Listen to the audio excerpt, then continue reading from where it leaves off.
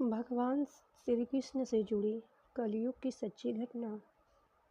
श्री कृष्ण भक्त की कहानी जरूर सुने। हरि राम बनारस में गुलकंद की पंक्तियों को पीसकर गुलकंद बनाने का काम करता था। बनारस में उसकी गुलकंद दूर दूर तक मशहूर थी। उसके एक बेटा और बेटी थी। बेटी का नाम सुकन्या था। बेटी गुलकंद बनाने में अपने पिता का पूरा साथ देती थी और इस काम में अपने पिता की तरह माहिर भी थी। सुकन्या की स्कूल में पढ़ाई के साथ साथ नृत्य कला, गायन कला और वाद्य कला का भी अभ्यास कराया जाता था। सुकन्या ने वाद्य कला में बांसुरी का चुनाव किया और उसमें वह पूरी तरह निपुण हो गई। स्कूल में जब भी कोई धार्मिक समारोह होता तो सुकन्या बांसुरी बजाकर सबका मन मोह लेती थी। हरि राम बनारस में तो गुलकंद का व्यापार करता ही था। वह हर शहर में जाकर गुलकंद बेचा करता था। इस काम में उनकी बेटी उनके साथ जाती थी क्योंकि उनका बेटा अभी छोटा था और उसका ज़्यादा रुझान पढ़ाई की तरफ था। लेकिन सुकन्या अपने पिता का साथ देना बहुत अच्छा लगता था।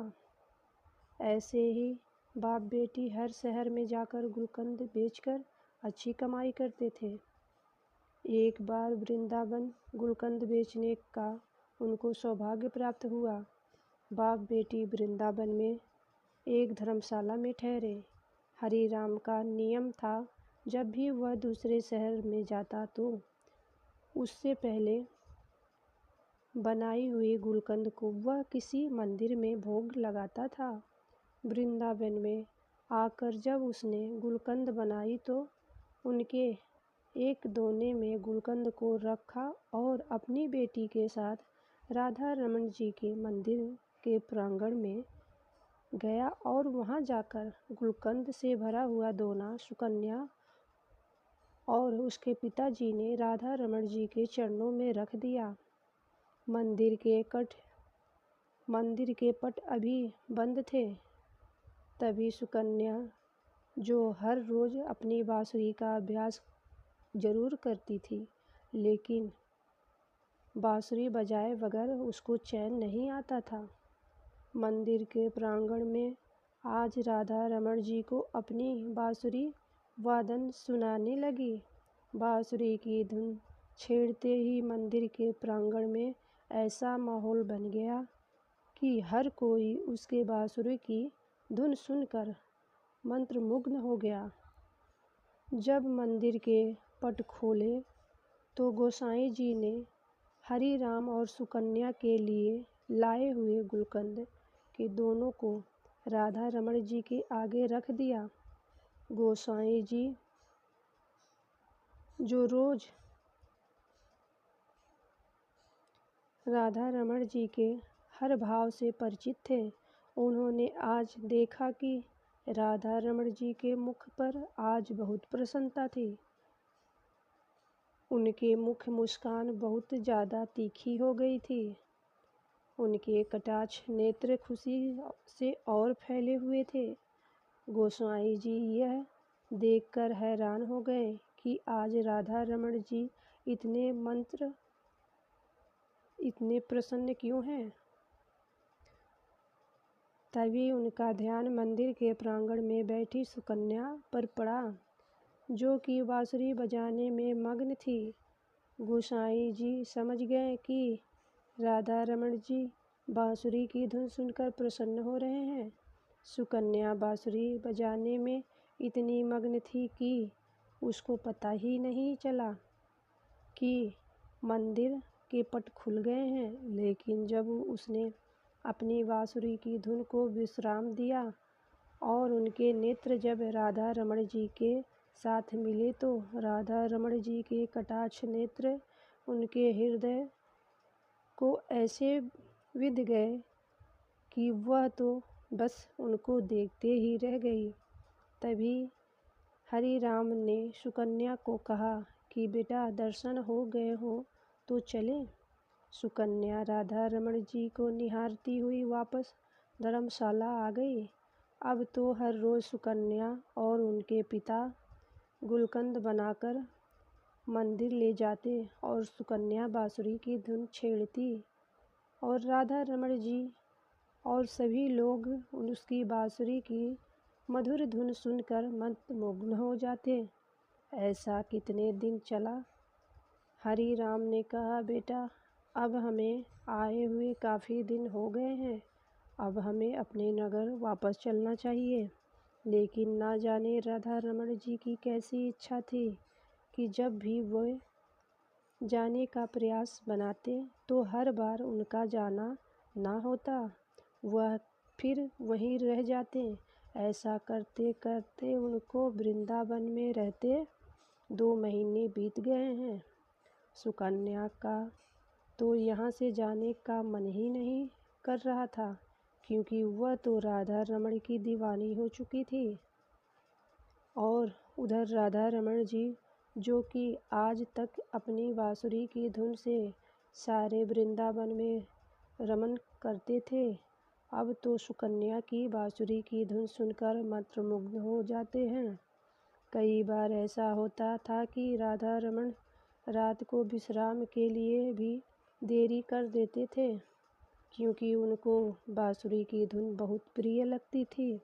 जब उनको सुलाने के लिए मंदिर के पट बंद करने के लिए गोसाई जी जाते तो किसी न किसी बहाने राधा रमण जी मंदिर का पट बंद नहीं होने देते। ऐसा कई बार गोसाई जी ने देखा था। वह समझ चुके थे कि सुकन्या की बांसुरी की धुन राधा रमण को पसंद आ चुकी है। अब वहाँ से सुकन्या और हरि राम का जाने का समय आ गया। बड़े ही भारी मन से सुकन्या और हरि राम राधा रमण जी को छोड़कर अपने नगर बनारस चल पड़े। जब सुकन्या ने राधा रमण जी के मंदिर से निकली तो उसके कदम आगे बढ़ ही नहीं रहे थे। उसको ऐसा लग रहा था कि उसके पाँव में किसी ने बहुत भारी वजन के पत्थर रख दिए हों और वजन के कारण उससे चला नहीं जा रहा था।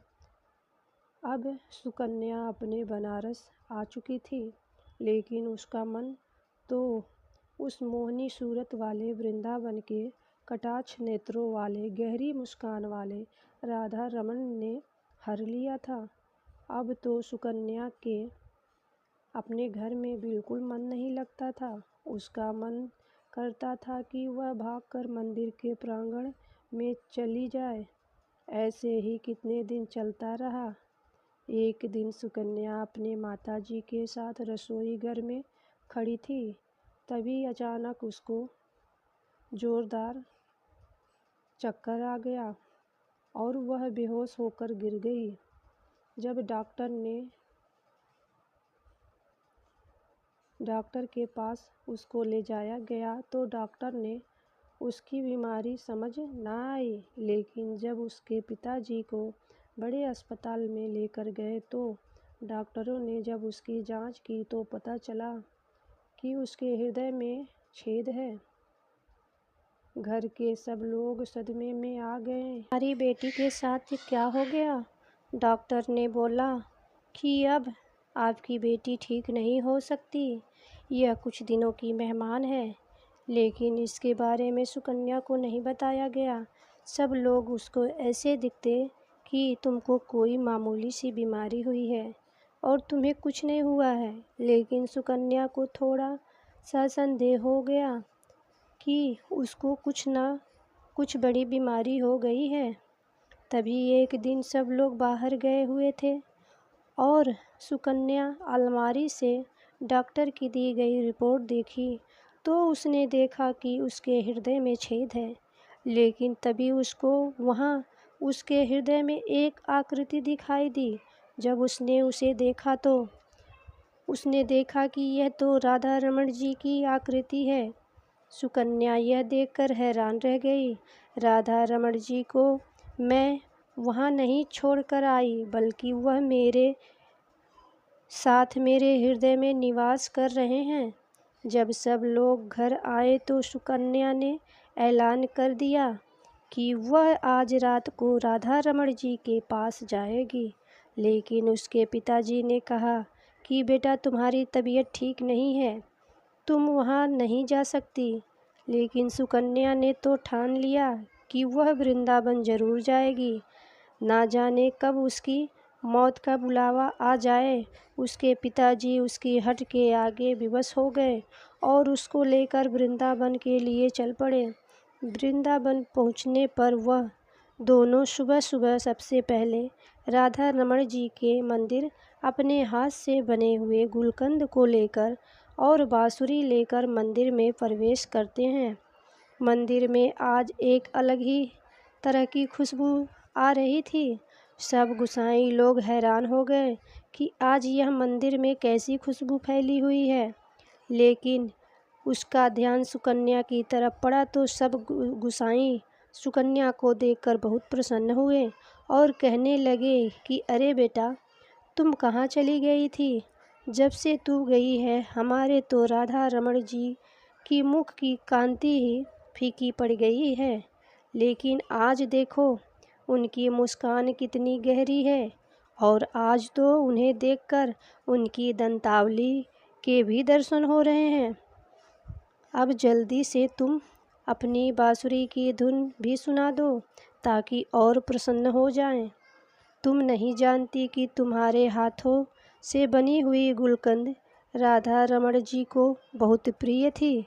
जब भी तुम गुलकंद का भोग लगाती थी तो वह अपने हाथों से उनके मुख पर लगी गुलकंद को साफ करते थे। हमने तुम्हें कभी नहीं बताया, यह तुम्हारी गुलकंद को रोज आरोगते हैं।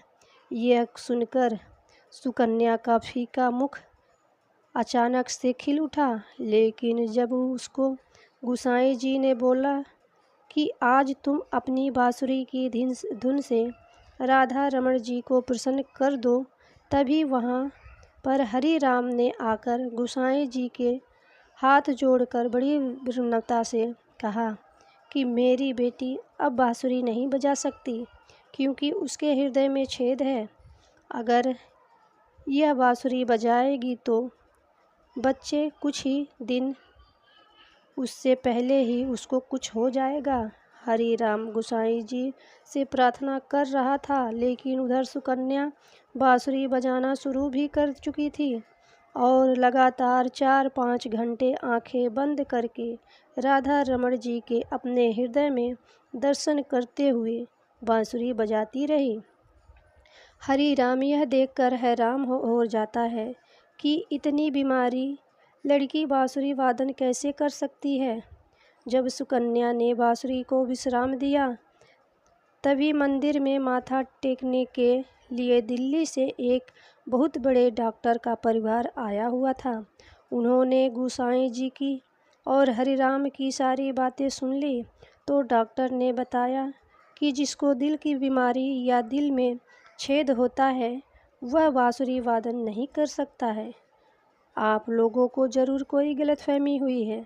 लेकिन हरिराम ने सौगंध लेकर कहा कि नहीं, हम वहाँ पर सुकन्या का इलाज करवा रहे हैं और डॉक्टर ने बोला कि यह कुछ दिनों की ही मेहमान है। मंदिर में आए हुए डॉक्टर ने दोबारा उसके दिल की जांच की तो उसने भी देखा कि सुकन्या के हृदय में तो छेद है, लेकिन वह छेद किसी चीज़ का उस पर आवरण है।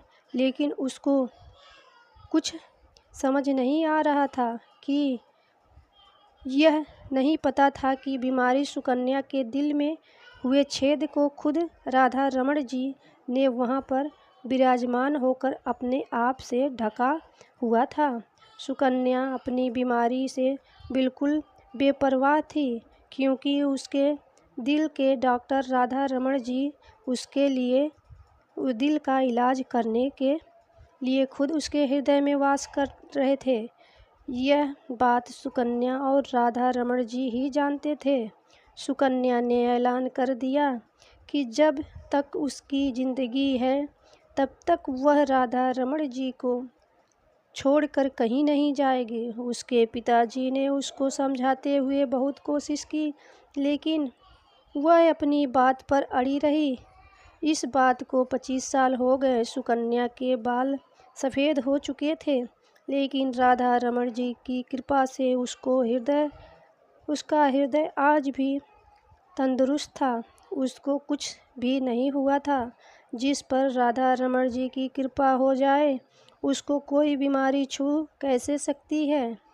जय श्री राधा रमण।